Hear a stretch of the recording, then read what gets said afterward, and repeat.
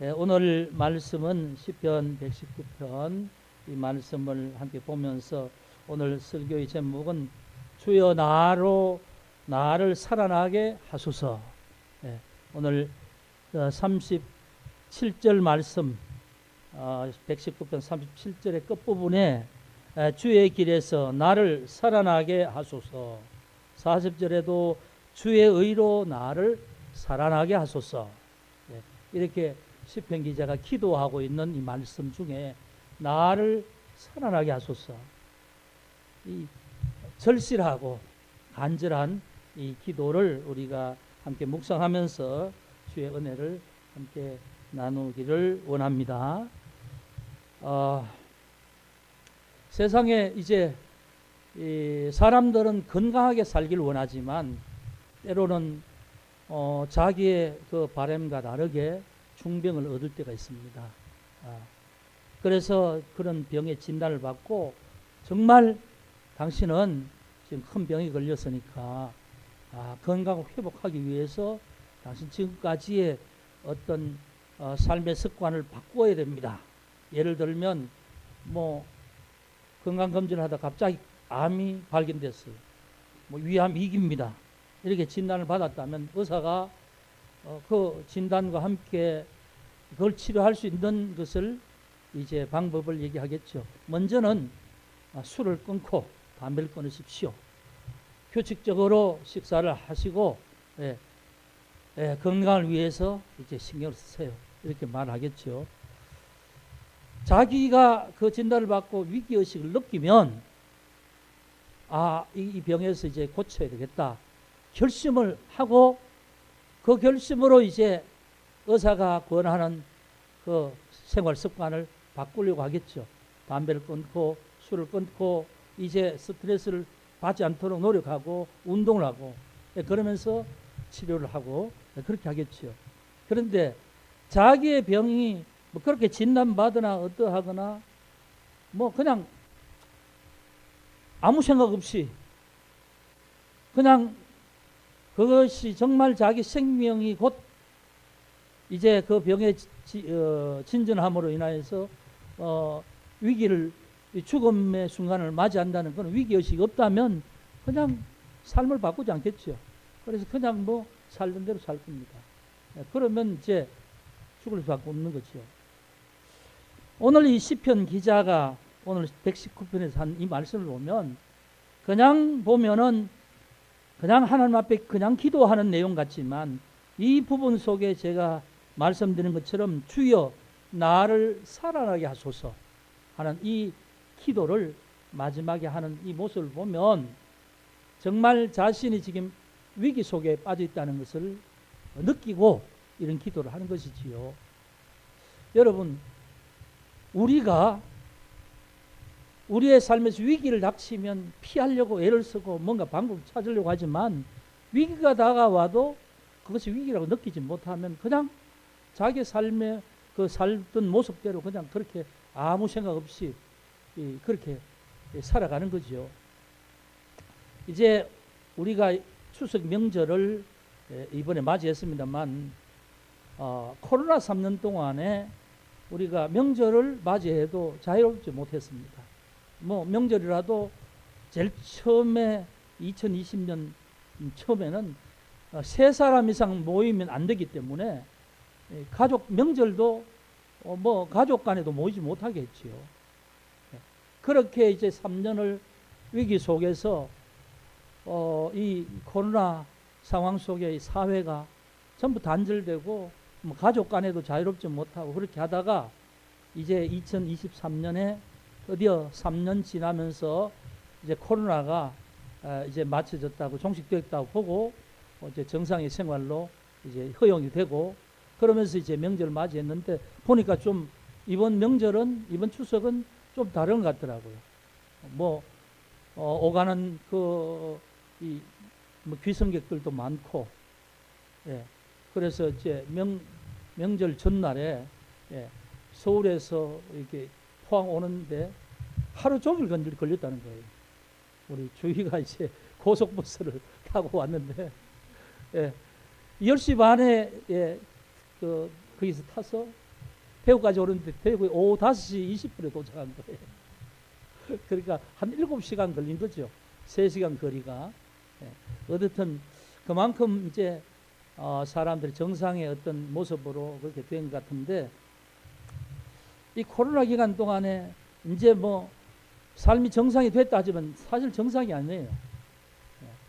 자영업자들이 얼마나 많은 고통을 받고, 그 다음에 경기가 침체되고, 뭐 그 중에 전쟁 이런 걸 통해서 물가가 오르고 엄청난 충격들이 많았죠. 많아서 정말 지금도 어려움 많은 그런 분들이 있고요. 교회도 마찬가지입니다. 교회도 코로나가 다 끝나고 이렇게 됐지만 옛날 모습으로 완전히 돌아온 게 아니에요. 코로나 끝나기 얼마 전에 그 신문사에서, 기독교계 신문사에서 이제 그 기자가 기사를 이제 작성하면서 이 한 50명 미만의 작은 교회 한 130곳에 전화를 처음 걸어서 이 인터뷰를 시도하면서 그렇게 해보니까 한 45곳, 50곳 가까이가 연락이 안 된다는 거예요. 말하자면 교회가 폐쇄되었거나 어떻게 했거나, 교회가 연락처는 있는데 연락처로 하니까 전혀 연락이 안 되는 거죠. 그러면서 하는 기사를 이제 내면서 뭐냐면, 한국 교회가 지금 작은 교회들, 어려운 교회들이 거의 한 40%가 문을 닫았다. 이렇게 이제 그 기사를 내고요. 그 다음에 이제 또 큰 교회하고 이렇게 하면서 보니까 코로나 전에 교회에 나와서 예배드린 그 성도들이 거의 한 30%에서 40% 줄었다는 거예요. 그러면 그 40% 정도가 뭐 다른 교회로 갔는가 하면 그것도 아니고요. 이제 전반적으로 다 숫자가 줄면서 어떤 현상이 있냐 하면, 이제 성도들이 예배에 대해서 어떤 간절함이 없어졌다는 거예요. 3년 동안 그냥 집에서 개인적으로 그렇게 지내는 것이 버릇이 되고 습관이 되어서 그냥 주일날 교회 안 가도 뭐 기독교 채널의 방송 그 설교를 듣고 그러면서 예배 드렸다는 것으로 그렇게 여긴다는 겁니다. 그래서 정말 한국 교회의 영적인 상황, 그 다음에 작은 교회가 문을 닫고 한 이 상황이, 이 교회가 지금 위기 속에 빠졌다는 거죠. 그런데 그 위기를 위기로 느끼고 있어야 되는데, 위기를 어쩔 수 없다는 식으로 받아들이고 그냥 그렇게 아무 액션을 취하지 않고 변화를 가져오려고 하지 않는다는 데 문제가 있다는 거죠. 지금 이 교회가, 여러분, 사실상 작은 교회가 이 코로나 되면서 예배로 모이지 못하니까 뭐 교회를 유지할 수가 없는 거죠. 왜냐하면 뭐 세를 주거나 운영하거나 뭐 목회자 가정이 이제 이 교회를 섬기면서 뭘 해야 될 그런 어떤 여러 가지 상황들을 하지 못한다는 거죠. 그러니까 어쩔 수 없이 계속 임대하고 있던 교회를 이제 문을 닫고 하는 거죠. 여러분, 이런 상황에서 이제 우리가 기억해야 될 게, 우리의 삶의 모습, 우리의 신앙의 모습은 어떤가라는 겁니다. 어떤 위기의식을 가지고 있는가 아닌가라는 겁니다. 제가 이제 목사님들하고 목사님 몇 분하고 독서회를 하는데 한 달 내지 2달에 한 번씩 모입니다. 이번에 이제 책이 뭐냐면 이런 건데, 죽은 교회를 부검하라. 이제 목사님들은 모이니까 교회나 또는 이 신앙에 관한 이런 도서를 가지고 읽고 서로 나눔을 하는데, 여러분, 한국 교회가 지금 작은 교회, 없어진 교회도 문제지만, 그러면 있는 교회는 괜찮으냐? 아니라는 거죠. 지금 한국 교회가 전반적으로 뭐 그냥 큰 교회나 작은 교회나 같은 문제를 다 가지고 있는데, 문제는 뭐냐 하면 교회가 그 문제를 심각하게 생각하지 않고 있다는데 더 큰 문제가 있다는 겁니다. 그게 지금 한국 교회가 죽어가고 있고, 또 죽은 교회도 많고, 중병이 걸려서 아픈 교회도 많다는 겁니다. 그럼 건강한 교회는 얼마쯤 되냐? 건강한 교회는 한 10%좀 될 수 있을지 이렇게 보는 겁니다. 중병에 걸린 교회가 한 40% 된다고 봅니다. 그 다음에 죽어가는 교회가 한 30% 된다고 보고 죽은 교회가 20% 정도 된다고 보는 거죠. 그 정도로 교회가 살아있는 교회는 10분의 1도 안 된다는 겁니다. 그 말은 무슨 말이냐면 교회가 교회 건물이 아니잖아요. 교회는 성도들이 모여서 교회가 되지요.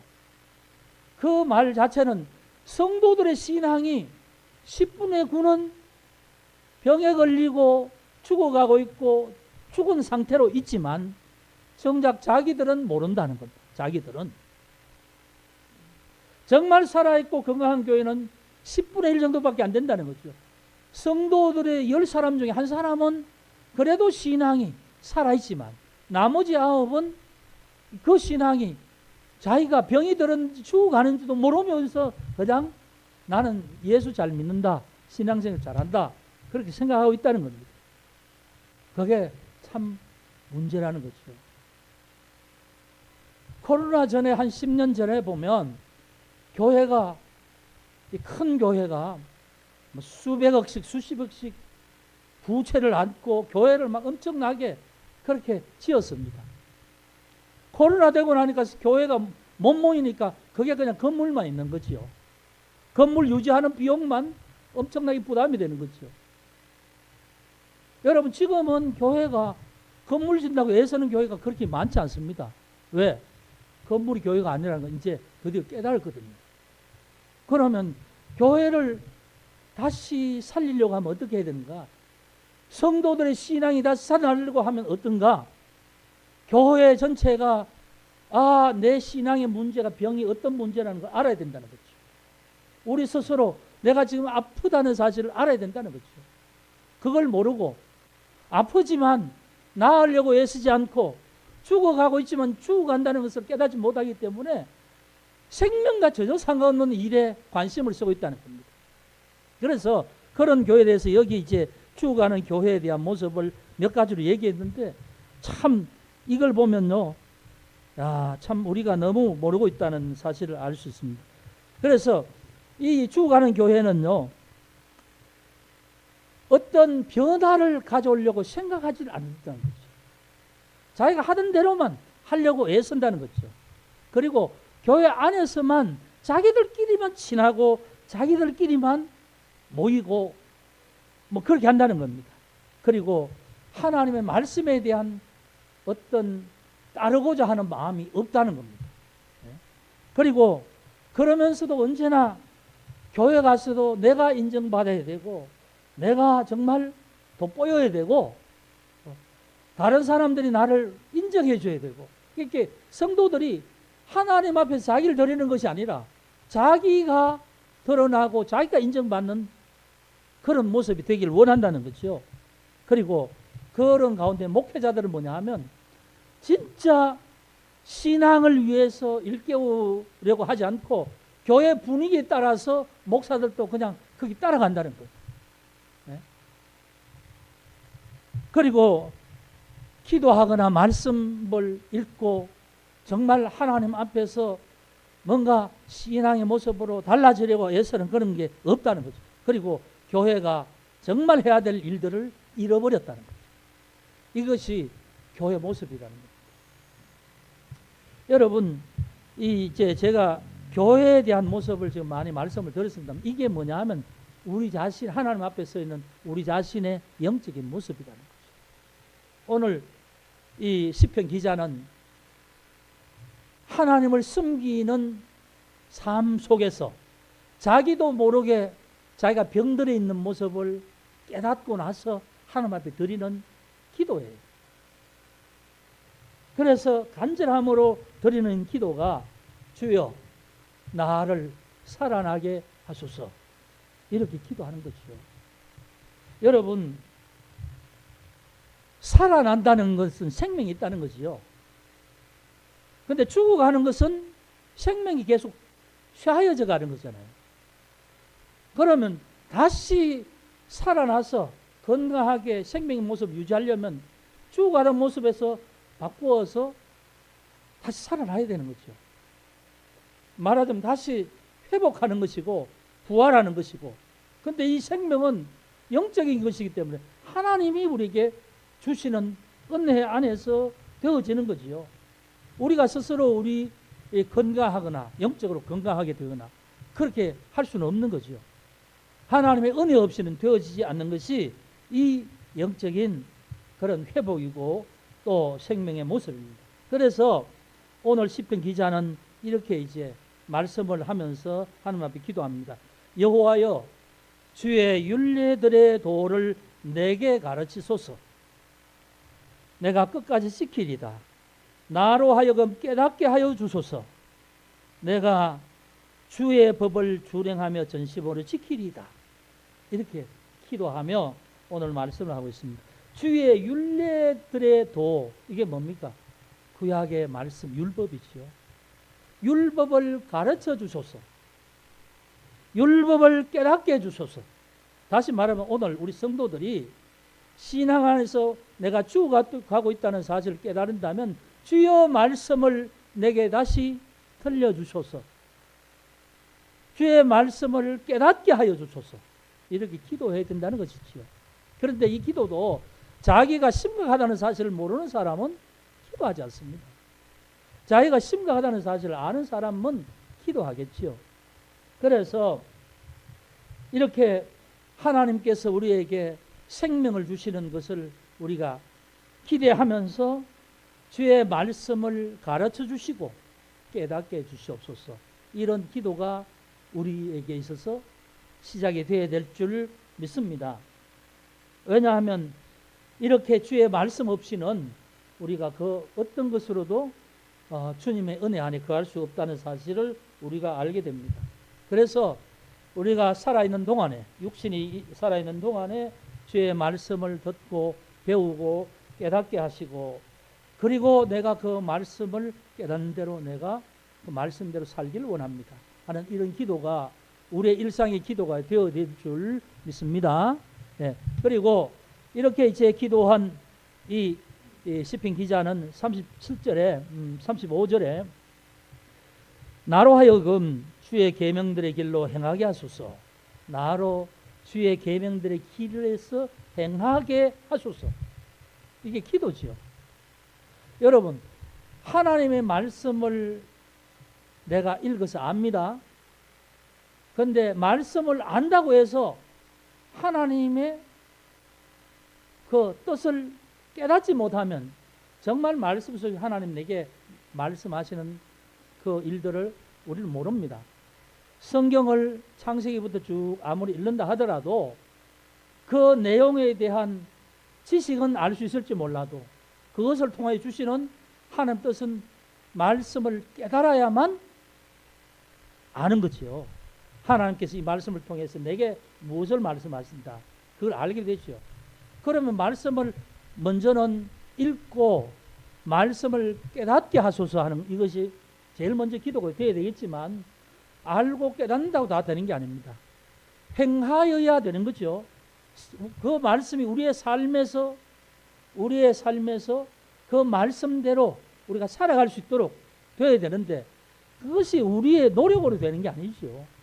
예. 그래서 이 오늘 시편 기자는 이 길로, 주의 말씀의 길, 계명의 길로 행하게 하소서. 이것도 기도죠.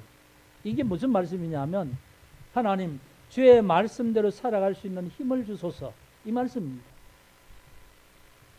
살아갈 수 있는 힘을 주소서. 먼저는 하나님의 말씀을 가르쳐 주시고, 그 다음 깨닫게 해주시고, 그 다음 그 말씀대로 살 수 있도록, 행할 수 있도록 힘을 주소서. 행하게 하소서. 이것도 기도죠. 여러분, 세상의 일들은 세상의 이치대로 하고 그렇게 생각하고 애쓰고 노력하면 됩니다. 근데 하나님의 은혜의 일은 우리가 안다고 우리 힘으로 할 수도 없는 것이고, 깨달아도 우리 힘으로 할 수 없습니다. 그러면 그걸 할 수 있는 힘은 성령이 우리에게 깨닫게도 해주시고 할 수 있도록 힘도 주셔야만 가능한 것이지요. 여러분, 그런 겁니다. 시편 기자는 오늘 그렇게 기도합니다. 자, 그렇게 우리의 삶의 일에 행할 때에 하나님께서 원하시는 뜻대로 살지 못하게 하는 것이 있습니다. 우리 삶에. 오늘 36절, 37절에 이렇게 말씀합니다. 내 마음을 주의 증거들에게 향하게 하시고 탐욕으로 향하지 말게 하소서. 탐욕으로 향하지 말게 하소서. 내 눈을 돌이켜 허탄한 것을 보지 말게 하시고, 이렇게 말씀하지요. 여러분, 우리가 주의 은혜로 주의 주시는 힘으로 산다고 하더라도, 그렇게 살려고 애를 쓰고 하나님께서 그렇게 힘을 주시더라도 꼭 우리 속에는 그렇게 살아가는 부분에 반대하는 요소가 있습니다. 사단은 우리에게 언제나 그냥 버려두지 않습니다. 사단은 어떻게 합니까? 오늘 36절과 37절 두 단어가 있죠. 탐욕으로 향하는 것, 허탄한 것으로 우리의 눈이 바라보는 것, 이 두 가지가 있어요. 여러분, 탐욕이 뭡니까? 욕구에서 나오는 거죠. 우리의 인간의 욕구에서. 우리 인간의 죄성에서 나오는 욕심이 무엇을 보든지 무엇을 원하든지 내 마음이 생각하는 말을 자꾸 끌어당기게 되는 욕구가 우리 속에서 솟아나는 거예요. 그게 뭡니까? 그게 탐욕이죠.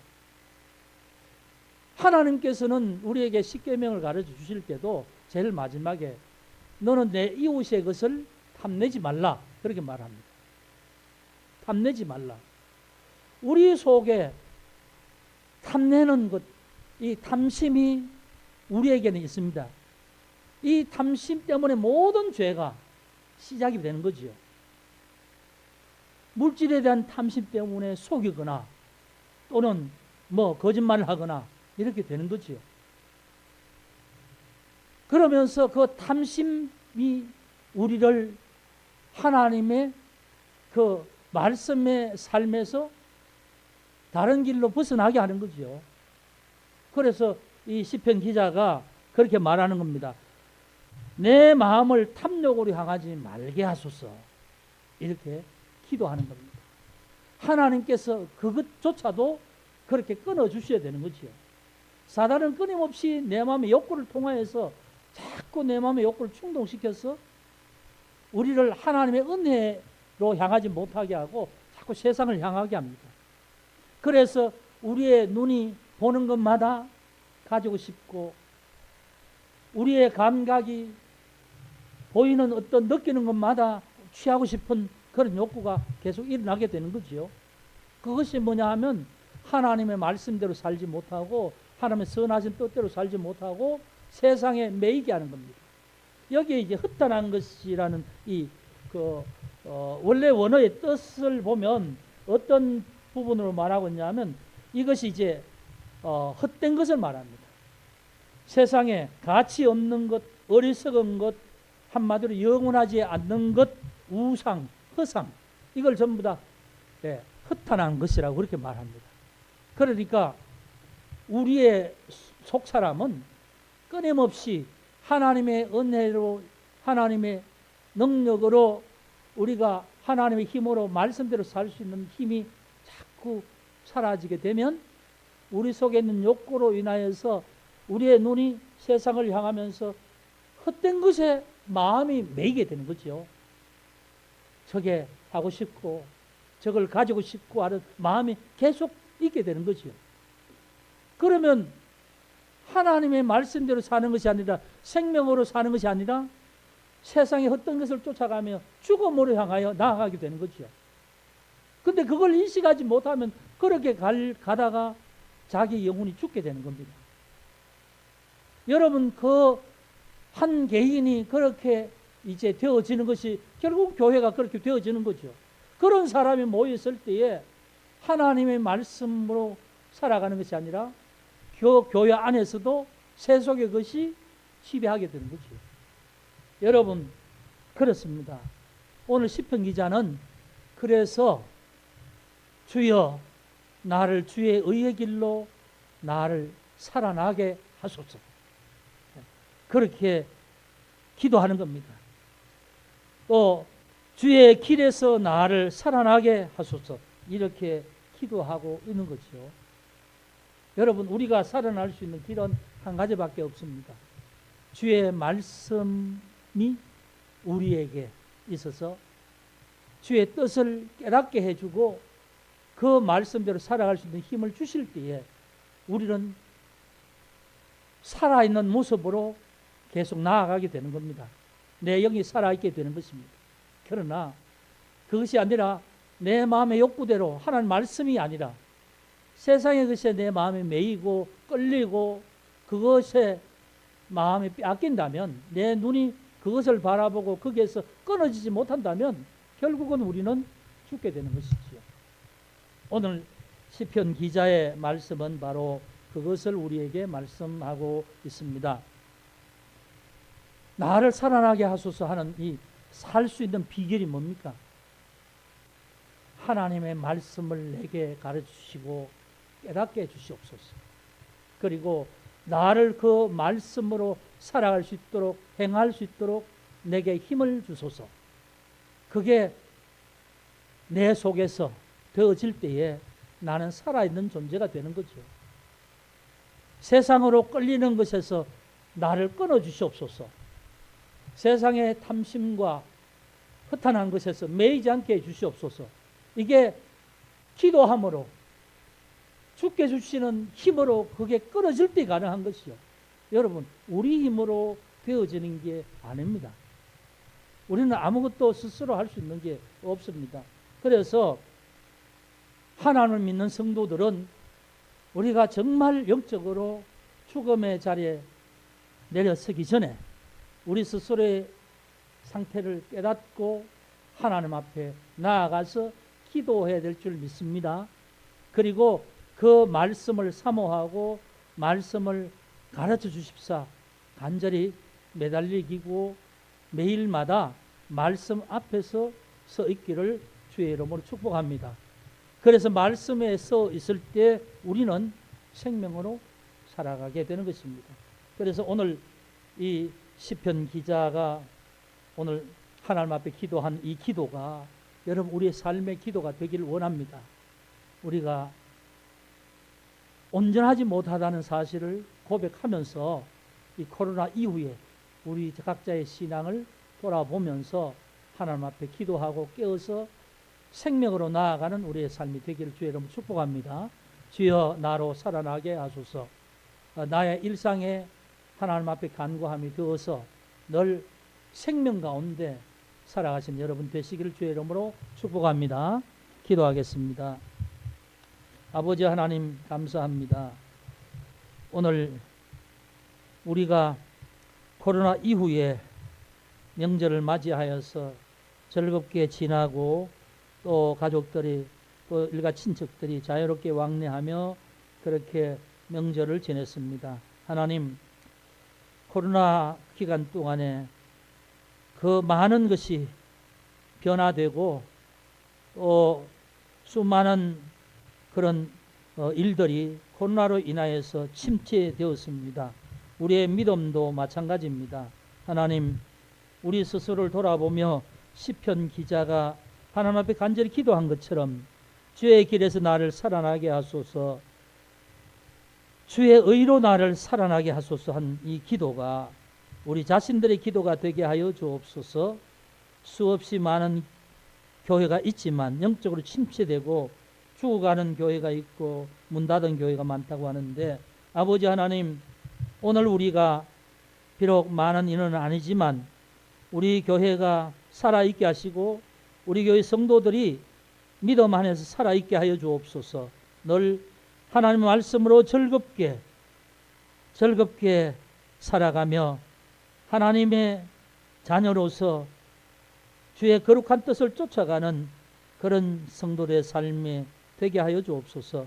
아버지 하나님, 우리의 자신의 삶이 하나님 앞에 영광으로 드려지며 하나님 기뻐하시는 우리가 되게 하여 주옵소서. 영광을 받아 주시옵소서. 예수 그리스도 이름으로 기도드리옵나이다. 아멘.